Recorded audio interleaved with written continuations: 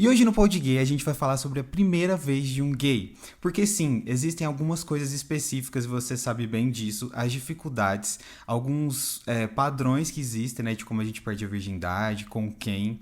E é interessante a gente falar sobre isso, porque para muitos de nós pode ser uma experiência muito traumática. Então a gente vai falar o que é de fato tirar a virgindade para gays, como os gays em geral têm a sua primeira experiência, a falta de segurança dessas primeiras vezes e por que isso pode ser tão traumático. Além do mais, a gente vai falar e ler alguns relatos aqui de alguns seguidores que enviaram sobre essa primeira experiência. Um podcast feito por dois psicólogos para falar sobre saúde mental e muita viadagem. Um espaço para discutir dramas, tabus, dicas e, claro, te mostrar que tá tudo bem ser gay. Pod Gay. O tema está polêmico, mas tá muito legal. Eu tenho certeza que você vai se identificar de alguma maneira, entender muitas coisas da sua vida pessoal e sexual até hoje, relembrando essa primeira vez. Não é mesmo, Jonah? Sim. Já faz um tempo que a gente queria trazer esse tema pra cá, né, Lucas? Porque precisamos falar sobre a primeira vez dos gays, porque curiosamente esse é um assunto recorrente nas sessões de terapia e foi tema de vários dos meus pacientes nesses últimos dias, curiosamente. Afinal de contas, a gente gosta de falar de sexo, né? E precisamos falar de como começa. Eu não, eu sou virgem. Sim, nascesse em setembro, né? A gente sabe. Bom, é outubro. Verdade! Gente, Escorpião aqui, gente. Nossa, que dupla, hein? O que explica muita coisa. Isso explica muita coisa. Um Dois psicólogos no podcast fazendo julgamento com base em signo. Amo! É sobre isso também, tá tudo gay. CRPE Mentira, é não brincadeira. Conselho de psicologia é brincadeira.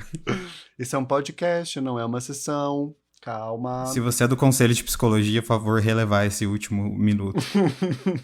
Mas e aí, Jonah? Uma questão que me perguntam muito, até mesmo parei pra refletir esses dias, é que assim, quando a gente fala de um casal hétero cis, perder a virgindade, isso vem uma imagem muito clara na nossa mente, que é a perda da virgindade com a penetração vaginal, certo? Inclusive, algumas pessoas não consideram nem anal, né? Mas tudo bem. Não é? Mas aí, para os gays, e eu não vou entrar no mérito dos héteros, só fiz essa comparação, mas para nós gays, o que é de fato perder a virgindade? Porque para alguns é só quando existe a penetração, de penetrar ou ser penetrado. Para alguns é quando é só penetrado. Para outros já considera o sexo oral, né? E para alguns só os amassos com os encostados ali, não sei o que, já serve, né? O que de fato a gente pode considerar, então, a perda da virgindade para homens gays? Principalmente quando a gente fala do cis, mas acho que também dos homens trans. Tem algo sobre os... Acho que aqui vai depender sobre como a pessoa lida com o sexo, né, Lucas? Porque para cada pessoa, parece que há uma interpretação diferente sobre o que ela considera o sexo. E acho que numa cultura tão falocêntrica como a nossa, que ainda bota a penetração como um papel principal da relação sexual, eu acho que para muitos gays isso se considera também. Ainda acham e tratam a virgindade, né, e o sexo como algo que acontece só na penetração. Na minha concepção, acho que é perda de tempo, porque, primeiro, o que é o sexo? Eu acho que qualquer tipo de atividade sexual já é uma iniciação, né? Então, acho que a gente pode pensar que uma coisa é a virgindade, outra coisa é quando a minha primeira relação sexual teve penetração. Sabe? Tipo, virgindade parte 2. Mais ou menos isso. É verdade. E assim, na minha visão, eu que nunca transei, vou dar minha visão aqui de pessoa virgem. Brincadeira, galera. Senão vou perder toda a credibilidade, né? Imagina. Bom, eu acho que... Assim, falando sério, eu acho que... Sem parte daquele princípio. Se chama sexo oral. Pronto, acabou. Não há discussões. Isso é uma coisa totalmente aceita. E eu acho que é por aí, sabe? É o primeiro contato que você tem com essa parte mais sexual, porque assim, o beijo, por exemplo, eu acho que ninguém considera como sexo. Mas quando a gente pensa, por exemplo, nas regiões mais íntimas, em outras práticas, em estímulos diferentes, eu acho que no geral a gente já considera isso como sexo. Não acho que precisa existir uma linha bem definida, mas eu já considero todo esse contato como sexo. Mas aí, claro, pode existir a primeira vez da penetração e ponto final. Não acredito que a penetração seja necessária para ser chamado de sexo ou de perda de virgindade. Então, assim, acredito que uma coisa não tem nada a ver com a outra. Então, quando me falam de o que é perder virgindade, eu sempre levo em consideração esses pontos, sabe? Não acho que precisa ter penetração, ser penetrado, nem Eu etc. também não. Uhum. Ah, pra mim fez bastante sentido. Lacrou, lacrou. E agora, assim, uma coisa também que é muito interessante que as pessoas me relatam muito dentro da sessão, né, dentro do consultório, mas também principalmente na internet, é como os gays têm a primeira experiência. E até mesmo quando eu pedi os relatos, eu vi um padrão de acontecimentos, um padrão de, sabe, de primeiras vezes. E aí eu quero falar de alguns pontos e acho que é importante a gente falar de cada um mais minuciosamente, né? Minha dicção aqui foi péssima, mas acho que todo mundo entendeu. E um padrão que existe muito, e que dos relatos que eu recebi, foi que ou são com pessoas mais velhas que elas, cerca de 10, 15 anos, ou com pessoas extremamente desconhecidas, ou os dois juntos, né? Por que não? Porque assim, e quando eu falo desconhecidas, não é tipo alguém que você conheceu ali na balada, trocou palavras, não. É sempre tipo alguém que realmente você viu, tipo, no shopping, ali no ponto de ônibus, e aí nem trocou palavras direito e pum, entendeu? Sempre com pessoas assim, ou pessoas que você conhece no aplicativo da mesma maneira, sem conversar direito. E aí, eu não sei se você percebe isso entre os seus seguidores também, mas é algo que tanto aqui nos relatos quanto as pessoas em gerais, no geral me enviaram muito, assim, sabe, esse Uhum. padrão. Uma diferença grande de idade, né? E um paciente me falou uma coisa esses dias numa sessão que me chamou muita atenção, tem tudo a ver com o tema. Ele disse: A minha primeira vez não foi com um homem gay. Eu acho que esse é um outro elemento importante sobre pessoas mais velhas, né? E desconhecidas. Com frequência, as nossas primeiras vezes não são com homens gays, são com homens héteros, que são assumidamente héteros, nós sabemos que são héteros, e às vezes utilizam da oportunidade de alguém que está ali com desejo, com vontade, disponível, para satisfazer sua própria vontade. Né? Porque nós falamos no episódio passado, e com frequência aparece nas sessões com os meus pacientes também, a questão do abuso. Eu acho que talvez a gente vai falar em algum momento mais para frente desse episódio, mas esse é um outro elemento, né, Lucas? Na maioria das vezes, as nossas primeiras vezes acontecem com pessoas mais velhas, desconhecidas e héteros. E sabe que outra coisa que é interessante, quando você falou sobre héteros, me veio também a seguinte padrão, que muitas pessoas me enviaram. Geralmente é com. Não, geralmente não, mas uma boa parte, uma boa parcela é com primos. E a gente pega. É lógico que isso não é só, né, entre gays. Eu acho que isso é algo da cultura brasileira. Relações com primos são socialmente aceitas. São socialmente aceitas. Já parou pra pensar isso? Tipo, beijei meu primo, beijei. É socialmente aceito. Então, e eu acho que com primos, quando você é, tipo, até. Isso acontece muito quando é pré-adolescente, adolescente, quando é criança mesmo. E aí vem da descoberta do corpo, né? Quando a pessoa está se descobrindo o próprio corpo. E aí existe aquela comparação. Não necessariamente o primo ali também é gay ou é bi, mas é muito por uma descoberta, por essa questão de novidade, do que é o corpo. Então, essa questão de primo é importante lembrar também. Porque, só que aí tem até um relato que eu vou até adiantar um pouquinho, mas ele é de um menino que falou que tinha isso de maneira intensa, assim, com os primos, entendeu?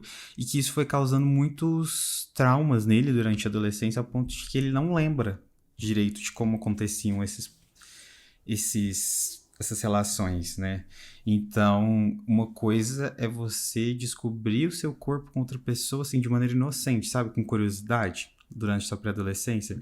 E não que eu estimule isso, mas quando existe, a gente tem que analisar o que é ok do que é uma prática que talvez não seja ok, né? Tem uma. Eu acho muito legal pensar, Lucas, sobre como é o aflorar da sexualidade entre gays, né? Que eu acho que é algo que precede a virgindade, o sexo. Depois de um histórico normalmente de infância, com bullying e sofrendo repressão, eventualmente chegamos na puberdade explorando o nosso corpo e descobrindo que esse corpo dá prazer e que outras pessoas também podem dar prazer a este corpo. Não é um processo só individual. Ele é relacional, ele é construído. E aí eu acho muito legal porque nessa época, eu acho que vem daí a questão com os primos que tu fala, né? Normalmente o que que acontece? Para a maior parte das famílias tem, vou dormir na casa do primo, meninos tomam banho juntos. A família tratam isso de uma forma inocente porque não imaginam a relação homoafetiva entre homens, né? Então, família trata com naturalidade. Só que, eventualmente, os pais vão dormir, os pais saem, deixam os filhos em casa, e aí começa esse processo de naturalmente falar sobre o assunto. Me vem, acho que, uma questão de gerar gatilho mesmo, né? Porque, imagina, quando você é pré-adolescente, se você começa a falar sobre sexo, você fica excitado naturalmente. Não precisa de muito estímulo. Os hormônios por si só já fazem tudo. E do outro lado tem alguém que também está nesse processo de descoberta, né? E não por menos, com frequência, as primeiras vezes dos gays são fazendo o papel de passivo. Por quê? Porque com frequência transamos com quem? Com héteros, não é? Então, não tem outra postura pra mim. Eu lembro, por exemplo, que a minha primeira vez foi justamente nesse formato e eu fiquei com ranço porque ele me chamava de gostosa na hora do sexo. E daí me broxou total. Eu fiquei, poxa, não era exatamente isso. E aí eu entendi o que estava acontecendo. Tipo, ele não tá se relacionando comigo como um homem. Eu tô aqui, na verdade, só como objeto pra fantasia dele, que era com uma mulher. Exatamente. E eu acho que esse rolê também influencia muito nessa que a gente já falou no episódio sobre ativo, passivo e versátil, da gente se colocar como passivo e relacionar o homem hétero, o homem mais másculo, com o ativo, né? Então, o ativo geralmente ele tende a ter o comportamento até fora da cama como alguém mais hétero, e o passivo ao contrário. Uhum, uhum. Total, né? E não é à toa. Perceba como há a construção desse lugar sexual mesmo, que não acontece só no sexo, né? E acho que essas experiências, a primeira experiência que nós temos, ela é determinante nesse sentido, porque ela nos permite materializar a forma como lidamos com o sexo. Eu lembro, por exemplo, que eu passei anos da minha vida tendo dificuldade de ser passivo porque as primeiras experiências que eu tive foram ruins. Se eu não tivesse me aberto para a possibilidade de explorar outras coisas, eu jamais teria. E aí eu fico, né, pensando sobre quantos gays continuam reproduzindo um padrão de comportamento que às vezes vem desde a primeira relação sexual nesse lugar.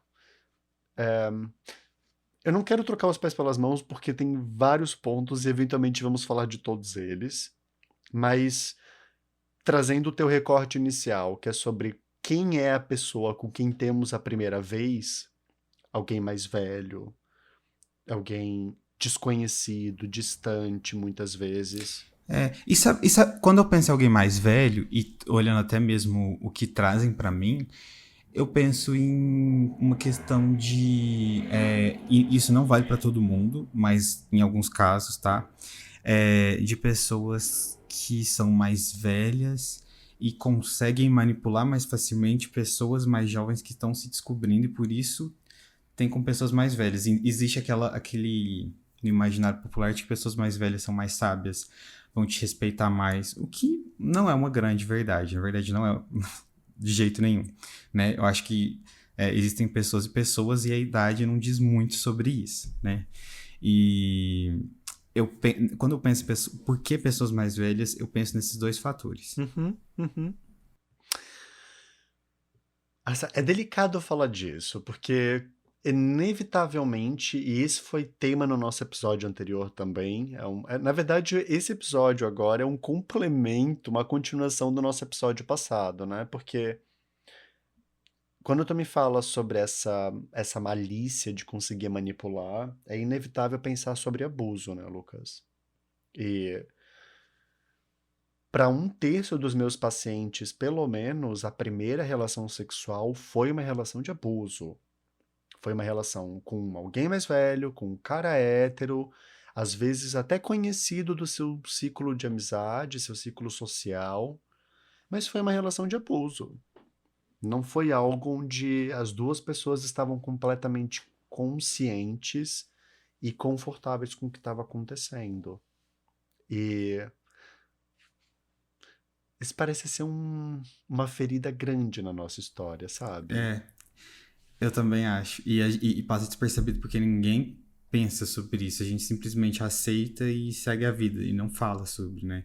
Mas nós, homens gays, a gente tem muita história de abuso em todos os sentidos, né? Tipo, durante a vida. Então, Uhum, uhum. É bem louco, né, Lucas? Agora a gente falando sobre o assunto, me fico pensando aqui que, nossa, para muitos dos meus pacientes que foram vítimas de abuso, a experiência do abuso foi um negócio destruidor, sabe? E foi, essa experiência de abuso foi determinante para mudar a forma como elas lidam com relacionamentos, com sexo, ainda na vida adulta, 20, 30 anos depois do ocorrido. Então, é muito forte. Às vezes eu acho que a nossa comunidade ela é tão sexualizada que a gente não tem muita dimensão do impacto que isso de fato sim. causa, né? E em todos, não só no comportamento sexual, né? Mas em todos, na questão de impor limites, na questão de se reconhecer, na nossa autoestima, em tudo, né, gente? Não é só, tipo, na parte sexual, sexo mesmo. É em todos, ou pelo menos quase todos os pontos da nossa existência, isso acaba influenciando quem a gente é, principalmente quando isso acontece nos primeiros anos de vida, e eu falo até mesmo adolescência, né? Que é quando a gente está se formando. Agora, outro padrão que eu assimilo muito é dos locais. Existe sempre essa coisa de locais públicos nas primeiras vezes. O famoso banheiro. Aham. Então, assim, não é? Então, e aí, eu tenho um pouco na minha mente por que isso é tão comum, mas eu quero que você fale, Jonah, por que você acha que é tão comum isso acontecer em locais públicos as primeiras vezes? Não só as primeiras, né? Se a gente for olhar, é muito comum acontecer na rua relações gays entre dois A homens. minha principal hipótese, Lucas, é de que nós não temos um espaço seguro para poder explorar a nossa sexualidade. A gente não tem local. Aham, não tem local. E o espaço público é o quê? É aquele lugar onde você pode sair correndo se algo der de errado. É, é um lugar onde não tem comprometimento muito afetivo, assim. E, na verdade, me fala sobre o quanto a experiência do sexo ainda é motivo de ansiedade para muitos homens, para muitos gays. E outra coisa, quando você estava falando, eu pensei que geralmente fazemos na rua com pessoas aleatórias, desconhecidas, também porque vão ser locais em que a gente justamente não tem que comprometer, a gente não tem que ter um contato mais íntimo, e como muito de nós ainda não está ok com a sexualidade ou com a orientação sexual, a gente prefere essas coisas que podem simplesmente desaparecer, entendeu? Porque não são locais fixos, pessoas desconhecidas, então simplesmente você finge que não existe. Então, acredito que isso exista muito. E, claro, concordo, sim, tenho a mesma visão de que a gente faz porque a gente não tem um local seguro, a gente muitas vezes não tem dinheiro, às vezes a gente tem vergonha de ir num motel, ou que seja um hotel com um cara, entendeu? Mas quando a gente tá mal resolvido. Então, a vergonha, a falta de apoio, segurança, enfim, tudo isso. Por isso que é tão importante para os gays terem local, entendeu? Porque eu falo isso brincando, mas é verdade. Por isso que é tão importante a gente ter o dinheiro. Eu fiz uma live esses dias com. Ele é da área de contábeis, né? E a gente fez uma live justamente. Então, assim, justamente sobre essa questão do. Não existe uma educação financeira para LGBTs e a gente tava falando mais para homens gays. Aí eu fiquei tipo, nossa, realmente eu não entendo. E novamente, eu não sabia que precisava existir uma diferenciação. Porque a gente muitas vezes não tem apoio, a gente é expulso de casa, a gente não consegue ficar em qualquer lugar, a gente não consegue trabalhar em qualquer local. Então, assim, gente, isso tudo influencia finanças. E a gente precisa disso. E se a gente não tem, e como isso tudo interfere, a gente vai ter dinheiro para ter não vai ter dinheiro para ter, sei lá, uma moradia, não vai ter lugar para transar. Então, é um fato, entendeu? Tem algo sobre o local público, Lucas, que eu fico pensando também, que é a questão do histórico, de como que a cultura gay, a cultura LGBT, mas especialmente gay, foi se formando ao longo das décadas, sabe? Porque pensa num mundo pré-internet. Como que gays sabiam, transavam? Acho que o local público ainda, esse fetiche com o espaço público, ainda é uma herança de um mundo pré-internet, onde haviam espaços de cruising, de pegação, como pontos, num período em que a comunicação não era tão fácil e tão ágil assim, né? Como se fosse uma extensão dos bares, sabe? Tem bar gay, e tem um lugar de pegação gay também. Que ainda existe, né? Porque todo gay sabe na sua cidade onde tem espaço. Pode não frequentar, mas sabe onde tem, né? E ainda se mantém.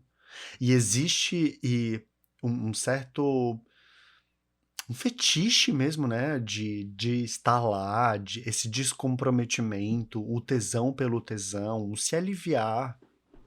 E acho que o fato de gays perderem a virgindade em espaço público, em locais públicos, na verdade é um outro elemento do como acontece a nossa primeira, de com quem, na verdade, acontece as nossas primeiras vezes, né? Porque a pessoa que está transando com a gente também não tem muito interesse de ser vista, normalmente. Sim. Exatamente. E aí depois, se a gente pegar tudo isso que a gente falou, né? O perfil de pessoas com quem a gente perde essa virgindade, os locais, as circunstâncias gerais, a falta de segurança, como a gente se sente, aí isso mostra o quanto isso pode ser traumático, porque justamente muitas vezes é um abuso. E o abuso, ele não precisa ser aquele abuso sexual que passa na sua cabeça que é algo extremamente drástico, mas assim, o abuso ele pode sim fazer uma coisa que você não estava afim e a pessoa fica te influenciando, e por você por medo de perder ela, por desagradar, vai lá e faz. Isso é um abuso. Essas pequenas coisinhas são abusos. E aí, gente, é óbvio que isso vai ser algo traumático, porque na nossa cultura a virgindade é algo muito importante. A gente tem isso como algo importante culturalmente. E a gente perder a virgindade, tentando ter prazer, né? Com outro homem, ou seja, sendo gay ou sendo bi. E aí, essa primeira vez, muitas pessoas você ficou ouvindo a vida inteira de que ser gay é errado. Aí quando você vai ter essa primeira vez com outro homem, isso acontece, é óbvio que isso gera uma culpa, gera um medo muito grande para suas próximas vezes e vai ditar até mesmo como você se comporta depois. De você ficar preso nisso e não conseguir se abrir para um mundo de possibilidades que pode ser seu corpo. De normalizar situações ruins, o abuso, um sexo em que você é controlado, a ansiedade sexual, né? Que são coisas que você não tem que normalizar. Tudo isso que você sente, e eu vou falar de maneira bem rasa, mas de ruim no sexo, é o que você precisa repensar. Porque não tá bom. Você não tem que passar por ansiedade no sexo, não é normal. Você fazer recorrentemente algo que você não gosta. Isso não é legal. Então, pensa sempre que a sua primeira vez pode ter influenciado bastante como você está hoje em dia, como você tem relações e como você se relaciona fora da cama com as outras pessoas. O seu padrão de relação. Porque tudo que a gente falou aqui influencia. E é muito importante você observar cada um desses pontos, porque de fato essa primeira vez pode ser traumática e não quer dizer que vai ser sempre assim. Porque você pode repensar e ressignificar essa sua primeira vez e toda a sua a culpa que você carrega sobre esse tema, né, o peso, ao longo da sua vida, sabe? Decidir o sexo é algo bom e não um peso pra você, porque eu percebo que pra muitas pessoas, e principalmente para nós gays, acaba sendo um peso, sabe? Uma questão muito grande, assim, tipo, um desafio. Mas não é aquele desafio gostoso, é tipo uma, sabe? Tipo assim, não é à toa que eu produzo conteúdo sobre Uma isso. meta que precisa ser cumprida. Exatamente. E um papel que tem que ser. Parece que você tá fazendo um Enem ali, sabe? Tem 10 mil pessoas julgando. Não, gente, sexo é prazeroso. É um negócio tão performático para desempenhar um papel que parece até uma seleção de teatro, assim. Tipo, se quer fazer um teste para Globo, para Porta dos Fundos, o que que tá acontecendo? Não, sabe? E eu queria só voltar no ponto sobre a questão do abuso, Lucas, porque eu só queria complementar que abuso não necessariamente pode ser uma experiência traumática e ruim. Às vezes, a experiência do abuso pode ter sido até boa, pode ter sido prazerosa também. Não diminui o quão horrível e errado foi o abuso. Mas eu também não estou dizendo, gente, que o abuso é bom, por favor. O que eu estou dizendo é que algumas experiências de abuso podem também ser prazerosas. O que, na verdade, só cria mais angústia para a pessoa que foi vítima de abuso, porque ela se sente culpada e irresponsável, na verdade, pelo que aconteceu, né? Culpada por sentir prazer. É louco, né? Porque o sexo, na verdade, é uma porta de entrada para como lidamos com as nossas relações afetivas e amorosas na vida adulta. Por isso que as primeiras vezes são tão. A primeira vez e as primeiras vezes são tão importantes. Por isso que tem todo aquele mistério do primeiro relacionamento. O que eu acabei de me dar conta é que é um outro ponto na história, né, Lucas? Dentro da nossa cultura existe toda essa fama do. A minha primeira vez tem que ser com alguém especial, tem que ser com o meu primeiro relacionamento, pipipi, popopó. E traz isso pra vida do gay, que muitas vezes só consegue ter um primeiro namorado assumido e seguro pra compartilhar com a família e poder andar na rua de mãos dadas depois dos 25 anos. Exatamente, exatamente. Isso quando consegue, porque tem muita gente também que às vezes tem a independência financeira, às vezes tem 40, 50 anos e não conseguiu ter nem primeiro namorado e nem. E não acho que seja um problema, mas não conseguiu ter relações sexuais mesmo querendo, entendeu? Porque tem gente que não quer, beleza. Só que tem gente que quer, mas mesmo assim fica travada, né? Porque e aí tem pessoas que não conseguem perder a virgindade. Tem muitos gays que não conseguem. E aí, sabe, a angústia que sente, porque, cara, você querer, mesmo tendo toda a independência, tendo o local ali pra fazer, tendo conhecimento, você não consegue. E aí vai entrar o papel, né, do psicoterapeuta, que é a gente, porque geralmente são questões muito mais afundas, né, pra se Sim. entrar. Uhum. Tu, tu acha que. Agora é uma pergunta bem pessoal, tá, Lucas? Tu acha que tu tinhas maturidade suficiente pra tua primeira relação? Não tinha, foi na época que todo mundo descobriu sobre minha sexualidade. Eu não. E era um momento em que eu não estava preparado pra contar pra ninguém, mas todo mundo soube. Então, assim, eu não tava. Sabe quando eu não tava nem pensando sobre minha sexualidade direito? Porque eu tava entrando na faculdade. Fui com 18 anos, tinha acabado de completar, tipo, há um mês. E, tipo. Eu tinha 18 anos, mas eu era extremamente maturo em relação à minha sexualidade, quem eu era e etc. Meu papel no mundo, o que eu gostava, o que eu não gostava. Então, foi boa não. E, tipo assim, foi alguma pessoa, tipo, que eu conhecia, tinha total confiança, tipo, não aconteceu nada demais, mas eu acho que foi uma coisa que naquele meu momento de vida não precisava acontecer. Acho que poderia ter acontecido em outro momento, teria sido melhor. Mas aconteceu desse jeito e é isso. Uhum. E o seu, hein? A minha primeira, eu também não tinha maturidade, com certeza não tinha maturidade, mas Eu acho que eu sempre fui muito sexual. Desde o início da minha puberdade, eu sempre fui muito sexual. Então, foi uma experiência. Não foi a melhor coisa do mundo, foi relativamente ok.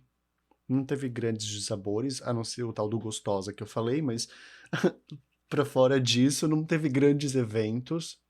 Mas hoje, olhando de Mas isso já foi forma. um grande evento, né? O Gostosa já foi um grande Não, evento. mas não, já foi realmente uma experiência limitante do negócio. Mas olhando em termos gerais, eu compartilho da tua resposta, assim, da tua sensação. Acho que era algo que eu facilmente poderia ter feito depois, poderia ter esperado. Ao invés de escolher esperar, eu poderia ter esperado. Mas quando eu paro A pra. gente que tá lançando a campanha, eu escolhi esperar a vida real. Mas quando eu também paro pra lembrar sobre a minha vida na época, e que aí é um outro detalhe, né? Tipo, em que momento das nossas vidas essa primeira vez acontece, assim? Aconteceu num momento onde eu tava super descoberto da minha sexualidade e sabia que eu era gay. Eu tinha certeza que eu era gay. E também sabia que as pessoas ao meu redor não iam saber lidar com isso. Então, eu lembro de ter tido a minha primeira vez e ter ficado super feliz e ao mesmo tempo me sentido péssimo por aquilo. Porque é complicado sentir prazer por algo que as pessoas o tempo inteiro te dizem que tu não deveria ser ou fazer, né? Então, às vezes a primeira vez pode até ter sido boa. A relação em si foi super prazerosa.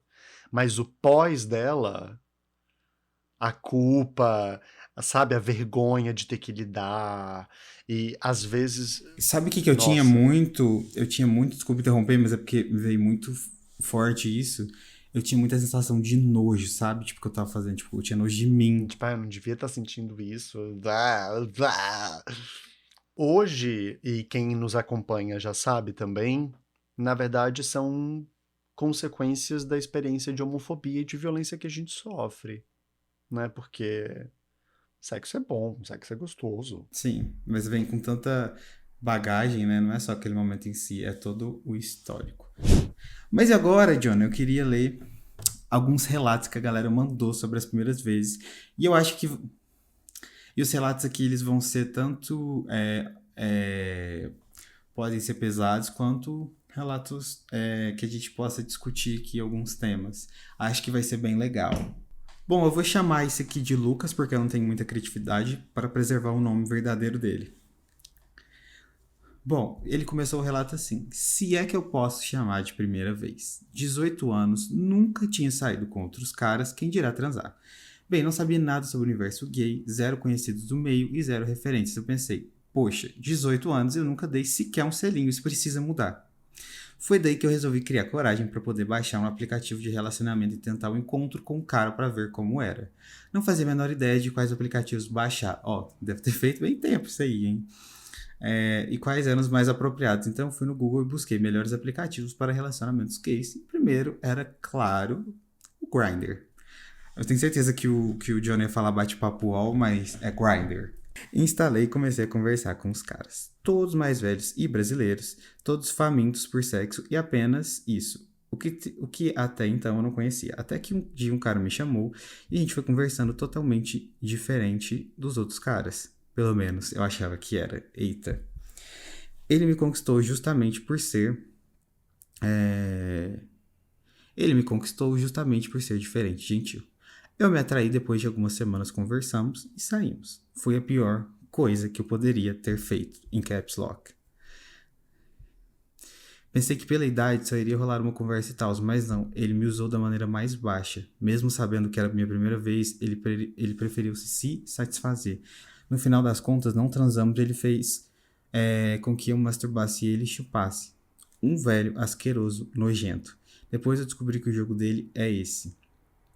Depois disso, comecei com um cara de 19 anos e foi péssimo. Ele me obrigou a tirar a camisinha e me forçou a fazer coisas que eu não queria. Nunca mais nos falamos. É isso. Ó, então ele deu dois relatos aqui, né? O primeiro, novamente, com um cara mais velho. E aí, nesse caso, ficou claro que o cara mais velho usou como que fala? Do conhecimento e da idade para influenciar essa pessoa que estava num momento de segurança, que era a primeira vez, né? E como isso, querendo ou não, foi um abuso. E é isso que eu falo, que a gente acaba... É muito fácil a gente ser... como é que fala? Viver um momento de abuso no sexo. Principalmente uma das primeiras vezes, porque a gente acaba fazendo coisas que a gente não gostaria, por insegurança, por não saber o que fazer, sabe, por não ter uma pessoa que tá olhando pra você, sabe? Tipo, tá considerando o que você tá sentindo, né? Que absurdo, né? E depois ele vai lá e tem uma nova relação sexual com um cara que tira a camisinha e força ele a fazer coisas. Quer dizer, além de ter passado por uma experiência super desagradável, na segunda que nem chegou a consumir a penetração, que parece que era o que ele gostava e estava querendo, na segunda experiência dele, ele ainda sofre um abuso. Poxa. Exatamente.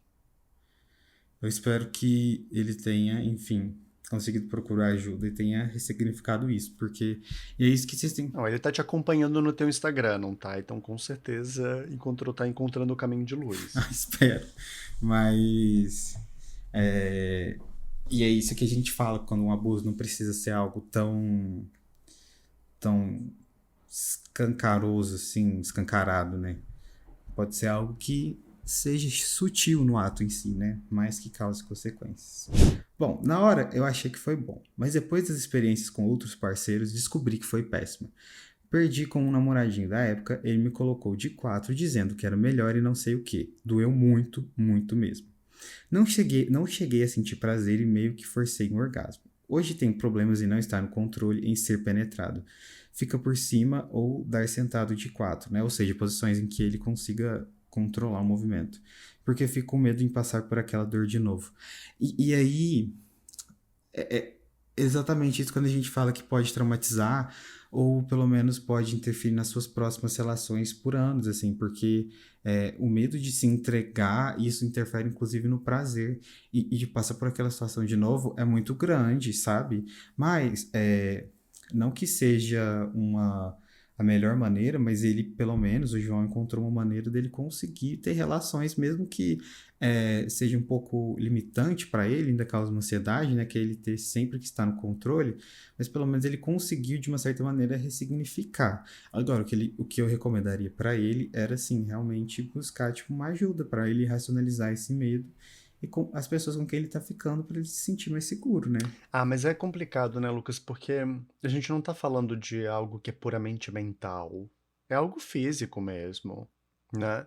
É, super consigo, me identifico com a história do João e acho que muita gente que tá ouvindo também vai se identificar. Porque não adianta, tipo, se você já teve experiências que foram dolorosas e traumáticas, gente, isso fica marcado no corpo. Numa próxima relação sexual, a forma como a pessoa te toca, a maneira como a pessoa se expressa, o lugar onde, enfim, tudo pode gerar gatilho para ativar esse corpo que já tem a memória de uma experiência de trauma e já deixar ele em estado de alerta, né? Então, é claro que a ajuda de um profissional vai ajudá-lo não só para racionalizar, mas para que ele possa lidar com um trauma também, porque aí tem um trauma que ficou marcado, né? E, honestamente, se doeu demais, se foi desagradável, é claro que a gente não tem muitos elementos para discorrer, né? Mas me parece mais um caso de estupro, de abuso de novo, infelizmente. Bom, agora eu vou ler outra aqui. Quem mandou foi o Vitor. Aí é diferente o final dessa. Perdi minha virgindade com 15 anos com um menino. Ele tinha 15 anos, né? Conheci ele no carnaval e depois descobri que morávamos bem pertinho.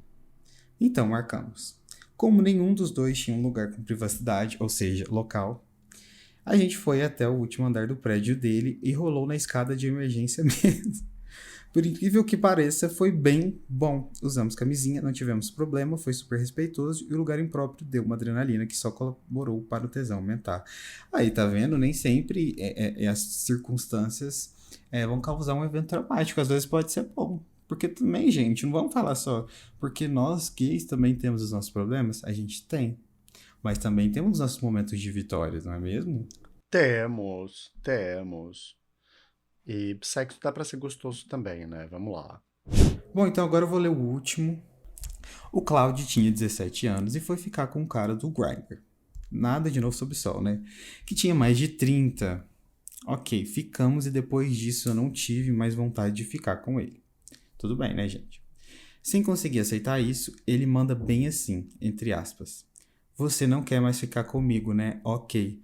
Não sei o que eu faço com o vídeo que eu tenho do nosso momento aqui. Fecha aspas. Uma ameaça. E ele tinha 17 anos. E ele falou que entrou em desespero, começou a ter crise de ansiedade e afins. Pedi para ele me mandar o bendito vídeo e ele se recusava. Até que pedi que pelo menos mandasse um print do vídeo. Ele mandou a foto de lateral de um outro garoto que era muito parecido comigo, mas que tinha umas pintinhas na cintura que eu não tenho.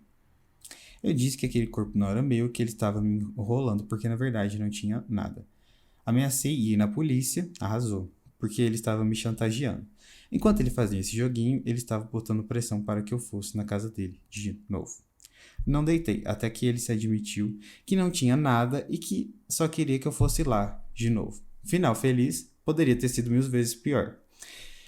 Tenho 20 hoje em dia, ou seja, foi 3 anos atrás, né? Ainda estou traumatizado. Esses dias fui flertar com um garoto da faculdade, começou a flertar comigo pelo WhatsApp e logo comecei a sentir uma sensação de aperto no peito quando eu recebi as mensagens daquele cara que, enfim, chantageou. Pretendo começar uma terapia a respeito disso, pois sei que é um caso bem complexo, mas ainda assim gostaria de alertas às POCs por aí. Grindr não é para adolescente. Vão estudar, coletar experiências com seus amigos. Existe uma razão pelo qual o app tem uma idade mínima. Você pode pensar que nunca aconteceria com você, mas poderia sim. A diferença entre eu, 17 anos, e um adulto de verdade é que um adulto é bem menos manipulável. Um beijo para os meninos do podcast, espero que selecionem a minha história. Selecionamos, Cláudio. E é muito interessante, porque primeiro dá uma revolta, assim, porque, cara, o cara mais velho, ele sabe o quanto é difícil ser gay, ele começa a chantagear, ele começa a abusar da pessoa, e é por isso que realmente que o Cláudio falou assim, bem pontual, de que o aplicativo não é para ser usado por pessoas, por adolescentes, e talvez nem por 18, 19 anos, porque ainda tá se conhecendo, sabe?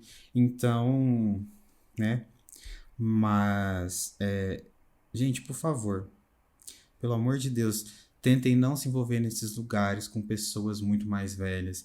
Existe um motivo para isso. E é justamente sobre essa questão da manipulação. Uma pessoa mais velha consegue, no geral, manipular uma pessoa mais nova muito mais fácil, principalmente quando está nas suas primeiras experiências.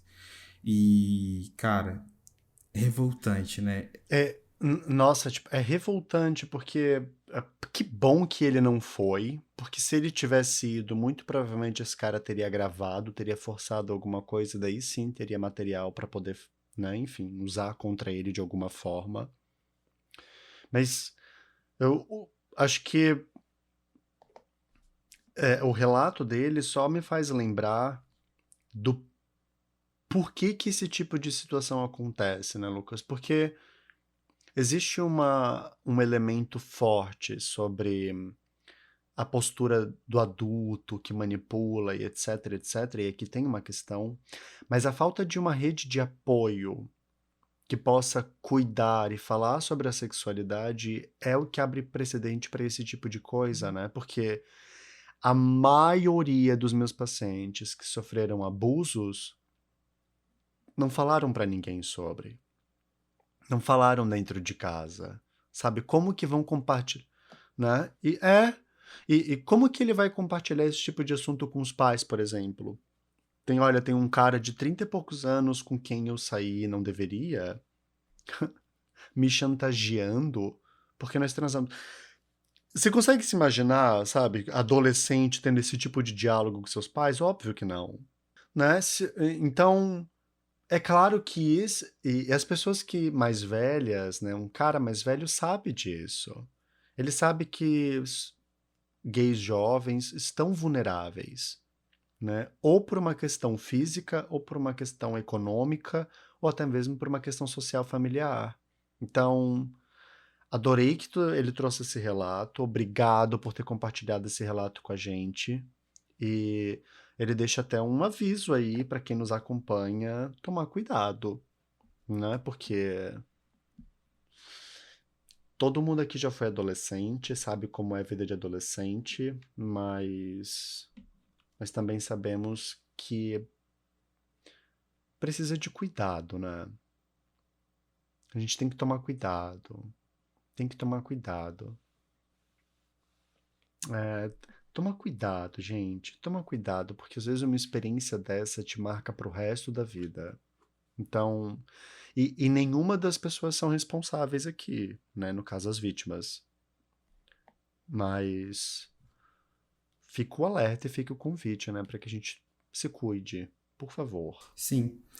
Até porque você pode ter experiências muito saudáveis, muito gostosas, você pode explorar muito mais de você. Tem pessoas aí super legais, super bonitas, querendo ter relações, você pode ter relações, relações seguras, relações legais, entendeu? Então, olhem por isso, não filtrem, sabe? Filtrem um pouco. Eu sei que é muito difícil fazer isso quando a gente tá nas primeiras vezes, mas dá uma filtrada, sabe? Pra você se preservar, preservar o seu corpo por você, não é mesmo? Porque sim, a gente pode ter sim um final feliz, não é mesmo? Uhum, uhum. Dá, é possível. É possível. Apesar de socialmente não parecer disponível, é possível. Com várias ressalvas, mas é possível. No contexto, né? No contexto. É. Eu fico aqui pensando que uma boa forma da gente concluir esse episódio, Lucas, quem sabe seja dar uma dica pra quem ainda não tirou a virgindade. Ah, Porque acredite, tem. tem, gente, tem Tem muito. várias pessoas que nos acompanham e, inclusive, reclamam sobre a pressão da comunidade de ter que ser sexualizado e de não conseguir se encaixar. A primeira coisa é você conseguir entender o porquê que você quer tirar a sua virgindade agora, né? Porque você quer deixar a sua virgindade. O segundo ponto é você usar a masturbação a seu favor. Para de desliga um pouco dos vídeos pornôs e começa a se explorar mais seu corpo para você ter segurança na hora que for ter relação com alguém, para quando alguém passar por isso, né, tipo de mandar você fazer alguma coisa que você não tá afim, você fala: "Não, eu não gosto disso, eu gosto disso, disso, disso".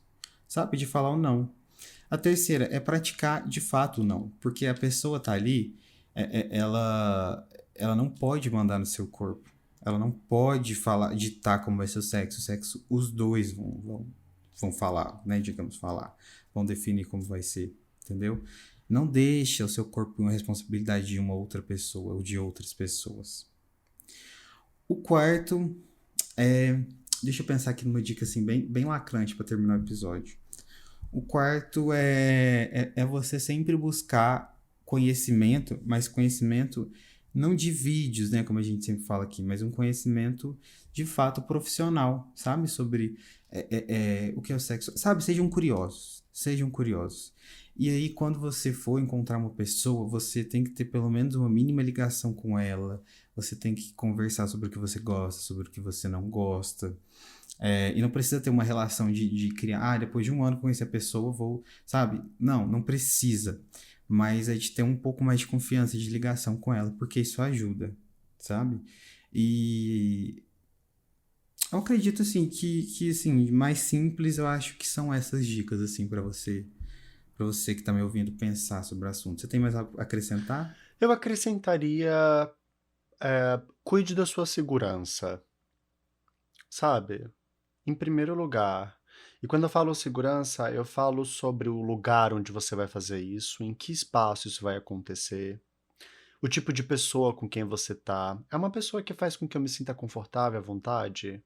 Uma pessoa que me deixa tensa, que me deixa insegura. Porque uma coisa, gente, é a ansiedade de ser algo novo.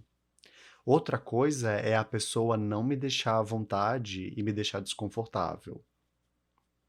Sabe? Uma coisa é você estar ansioso, outra coisa é você olhar pra pessoa e pensar: ixi, sabe? Não. Por favor, use preservativo. Sim. E, gente, se você chegar lá no encontro e desistir, você pode dizer não, tá? Você não é obrigado a nada. E se você não conseguir falar o não, sei lá, combina com um amigo que para te ligar e para você ir embora, porque surgiu uma emergência. Faz alguma coisa assim, mas não fica. Não faz, não faz. Uhum, uhum. Sim. grita se for necessário. Essa é uma boa outra dica, né, Lucas? Se você vai marcar um date com alguém sem que pessoas próximas à sua rede saibam, pelo menos alguém tem que saber. Um amigo teu tem que saber. Alguém de confiança tem que saber onde é que você tá.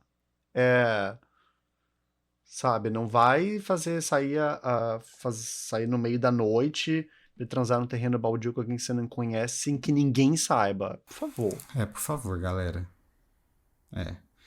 Bom, então essas foram as dicas. Acho que a gente pode encerrar por aqui, né? Acho que o episódio de hoje rendeu. Podemos. Rendeu, né? Sempre que a gente fala de sexo, rende, não adianta. Por que será? Não sei, não sei. Mas as pessoas gostam, então a gente vai. Elas dão corda. Se não desse, a gente não estaria aqui. É verdade. Bom, então, como as pessoas te encontram nas redes sociais, Jona? Essa altura do campeonato a galera já sabe, mas é bom falar. Pelo Instagram e pelo TikTok, como @meupsegay. E o meu _ Lucas De Vito.